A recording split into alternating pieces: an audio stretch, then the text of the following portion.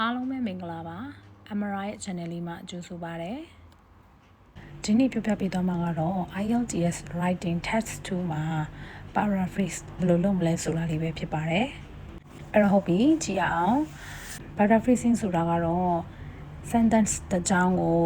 အဓိပ္ပာယ်တူစာလုံးတွေနဲ့ပြန်လဲဖွဲ့စည်းတည်ဆောက်ခြင်းဖြစ်ပါတယ်အဲ့တော့ဒီ sentence တစ်ခုကိုပြောင်းလာလိုက်တယ်အဲ့တော့ sentence တစ်ကြောင်းလုံးပြီးသွားတဲ့အချိန်မှာမူရင်း original sentence နဲ့ကိုရေးထားတဲ့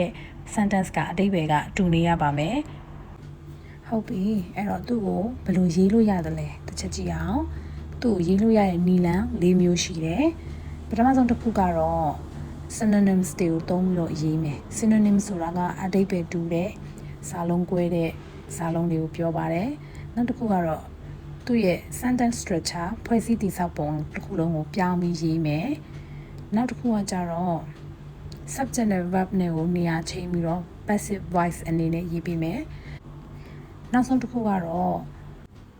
verb ကို noun အနေနဲ့ပြောင်းပြီးသုံးတာမျိုး noun ကို verb အနေနဲ့ပြောင်းပြီးသုံးတာမျိုးသူ့ရဲ့ word form လေးတွေကိုချိန်ပြီးတော့ရေးပေးတာမျိုးပဲဖြစ်ပါတယ်အဲ့တော့ဒီလေးခုကိုအသေးစိတ်လေးပြန်ပြီးကြည့်အောင်အဲ့တော့ပထမဆုံးတစ်ချက်အနေနဲ့ synonyms တွေကိုသုံးပြီးတော့ဘယ်လိုမျိုး paraphrase လုပ်မလဲsynonym ဆိုတာကတော့ခုနပြောတဲ့အတိုင်းပဲအဓိပ္ပာယ်တူတဲ့စာလုံးတွေနဲ့ပြောင်းပြီးတော့မှဝါကျကိုဖွဲ့ပေးခြင်းဖြစ်တယ်အဲ့တော့သူကအရန်ယူရှင်တယ်ဒါပေမဲ့ကို့မှာအစားထိုးပြီးသုံးလို့ရမယ်ဝါဟာရတွေတီးဖို့တော့လိုအပ်တယ်ဟုတ်ပြီဒီမှာ example လေးကြည့်အောင်နော် global warming is a significant issue အဲ့တော့ global warming ဆိုတာကဘာနဲ့တူတယ်လဲ climate change လို့စာထုတ်ပြီးပြောင်းလို့ရတယ်အဲ့တော့ significant နေရာမှာ major ပြောင်းပြီးသုံးလို့ရတယ် issue နေရာမှာ problem ဒါဆိုလို့ရှိရင်တော့ဒါ synonym ကိုသုံးပြီးတော့မှရေးထားတဲ့ sentence လေးပဲဖြစ်တယ်သူပေးထားတဲ့ sentence ကလည်းအရင်ယူရှင်းလို့ပြန်ပြီးတော့မှ paraphrase လုပ်တဲ့နေရာလည်းအရင်ယူရှင်းတယ်ဒီနေရာမှာတခုတတိထားမှာကတချို့ synonym တွေကသုံးရတဲ့နေရာလွဲနေတာမျိုးဖြစ်တတ်တယ်အဓိပ္ပာယ်ချင်းတူပေမဲ့လည်းသုံးရတဲ့နေရာမတူတာမျိုးဖြစ်တတ်တယ်အဲဒါကြောင့် synonym ကိုမှတ်တဲ့နေရာမှာ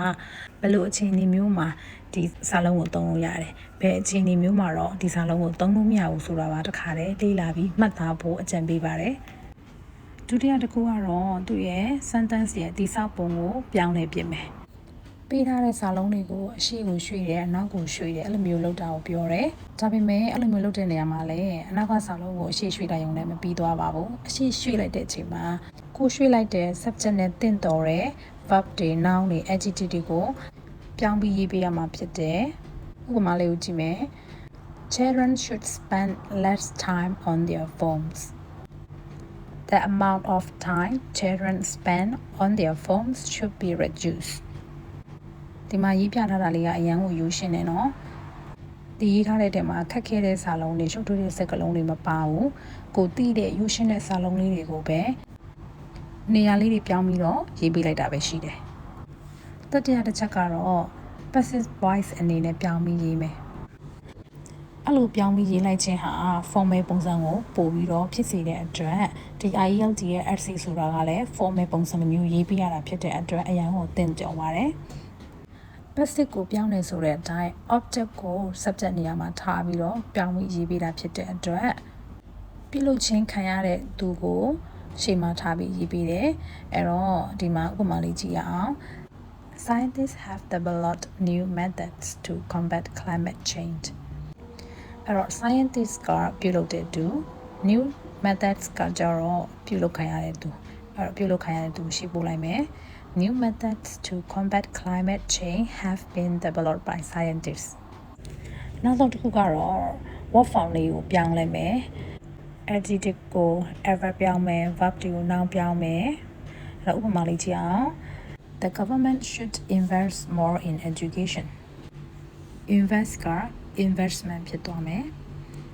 Greater investment in education is necessary by the government.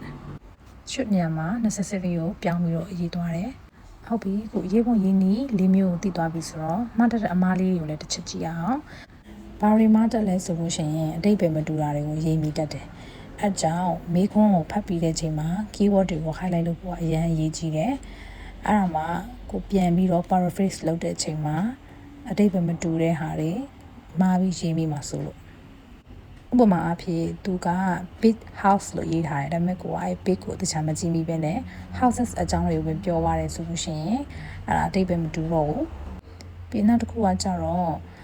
synonyms မတူတဲ့ဟာတွေကိုသုံးတာဖြစ်တယ်တချို့စကားလုံးတွေကအတိတ်ပဲတူပေမဲ့လည်းသုံးရမယ့်နေရာမတူတာမျိုးဖြစ်တတ်တယ်အဲဒါကြောင့် synonym တွေလေ့လာတဲ့အချိန်မှာလည်းသုံးလို့ရမယ့်နေရာသုံးတဲ့နေရာကိုပါတခါတည်းတွဲပြီးလေ့လာဖို့အကြံပေးပါတယ်နောက်ဆုံးတစ်ချက်ကတော့သူ့ရဲ့ sentence ကို original တိုင်းပြန်ပြီးကူးရေးတာကိုပြောတယ်။ဘာကိုပြောလဲဆိုရင်စကားလုံးတစ်လုံးနှလုံးလောက်ကိုပဲပြောင်းပြီးတော့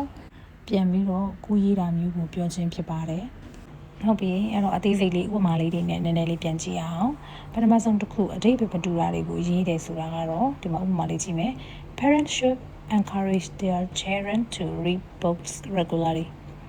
Paraphrase လုပ်ပြီးပြန်ရေးလိုက်တဲ့အချိန်မှာကျတော့ Children must force their children to read books frequently. အဲ့တော့ဘာတွေမတူတယ်လဲဆိုလို့ရှိရင် encourage နဲ့ force နဲ့အတိတ်ပဲလုံးဝမတူပါဘူး encourage ဆိုတာကအားပေးတာကိုပြောတယ် force ဆိုတာကကျတော့အတင်းအကျပ်ကြီးစီခိုင်းတာမျိုးကိုပြောတယ်ပြီးရင်နောက်တစ်ချက်က regularly လို့ပြောထားတယ်အဲ့ဒါကို frequently ဆိုပြီးတော့ပြောင်းပြီးရေးထားတယ်အတိတ်ပဲအလုံးဝမတူပါဘူးအောက်မှာလည်းမှန်ကန်တဲ့ paraphrase လေးကိုပြန်ပြီးတော့ရေးပြထားပါတယ်ဟုတ်ပြီဒုတိယတစ်ခုကတော့ synonyms မတူတဲ့စာလုံးတွေကိုအစားထိုးပြီးသုံးပြီးခြင်းပဲဖြစ်ပါတယ်ဥပမာလေးကြည့်အောင် exercise is essential for maintaining health အဲ့တော့ဒီမှာ paraphrase လုပ်ထားတဲ့နေရာမှာကျတော့ training is crucial for keeping healthy ဘာမှနေလဲဆိုလို့ရှိရင် exercise နေရာမှာ training ဆိုတော့ပြောင်းပြီးသုံးလို့မရပါဘူးဘာဖြစ်လဲဆိုရင်အဓိပ္ပာယ်ကဘာမှမဆိုင်ဘူးနောက်ဆုံးမှတက်တဲ့အမှားလေးကအပြောင်းလဲအနေအချင်းပဲလုပ်ပြီးတော့ original တိုင်းပြန်ကူးရေးတာမျိုးပဲဖြစ်ပါတယ်ဥပမာလေးကြည့်မယ် Technology has improved the way we communicate အဲ့တော့ paraphrase လုပ်ထားတဲ့နေရာမှာကျတော့ Technology has enhanced the way we communicate ဟောဒီမှာပြောင်းလဲထားတာက improve နဲ့ enhance နဲ့အဲ့ဒါလေးပဲရှိတယ်အဲ့တော့ဒီဟာက paraphrase လုပ်ထားတယ်လို့ပြောဖို့တော့ကိုမလုံလောက်ပါဘူးရေးလို့မရအောင်လားတော့မဟုတ်ဘူးရေးလို့တော့ရတယ်ဒါပေမဲ့အမှန်ကောင်းကောင်းလုပ်ချင်လို့ရှိရင်ဒီလိုမျိုးလေးပြောင်းပြီးရေးုံနဲ့မလုံလောက်ပါဘူးဒီမှာလည်းနောက်ထပ်ဥပမာလေးကြည့်အောင် Education plays a crucial role in the development of society မှားနေတာက Education plays an important role in the development of society ဒီမှာလည်း crucial နဲ့ important ကိုပဲပြောင်းလဲပြီးရေးပေးထားတဲ့အတွက်သူ့ရဲ့ original အတိုင်းပဲဖြစ်နေတယ်အဲ့တော့ဒီဟာ paraphrase ကမလုံလောက်ပါဘူးအောက်မှာမှန်ကန်တဲ့ paraphrase လေးကိုလည်းဥပမာပေးထားပါတယ် band 7နဲ့အထက်ဘာလို့ရတယ်လဲ complex sentence တွေကိုတည်ဆောက်နိုင်မယ်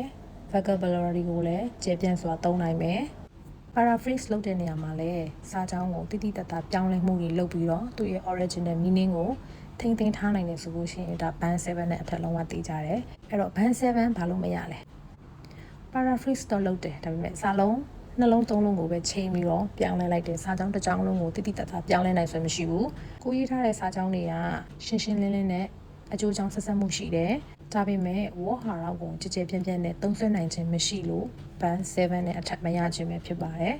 အဲ့တော့ကိုက paraphrase လုပ်တာပဲစာလုံးတစ်လုံးနှလုံးချိန်ရုံနဲ့မရဘူးလားမရဘူးမဟုတ်ရတယ်band 7နဲ့အထက်လို့ခြင်းနဲ့ဆိုလို့ရှိရင်တော့တိတာတဲ့ပြောင်းလဲမှုမျိုးကိုလုပ်ပေးနိုင်တဲ့ sentence မျိုးကိုတည်ဆောက်နိုင်ဖို့စူးစမ်းတင်တယ်လို့အကြံပေးပါတယ်အဆုံးထိကြည့်ပြီးလို့ကျေးဇူးအများကြီးတင်ပါတယ်ကဲအားလုံးပဲကိုလိုချင်တဲ့ပန်းနိုင်ကိုအရောက်လှမ်းနိုင်ပါစေလို့ဆုမွန်ကောင်းတောင်းပြီးရင်ဒီဗီဒီယိုလေးကိုအဆုံးသတ်လိုက်ပါတယ်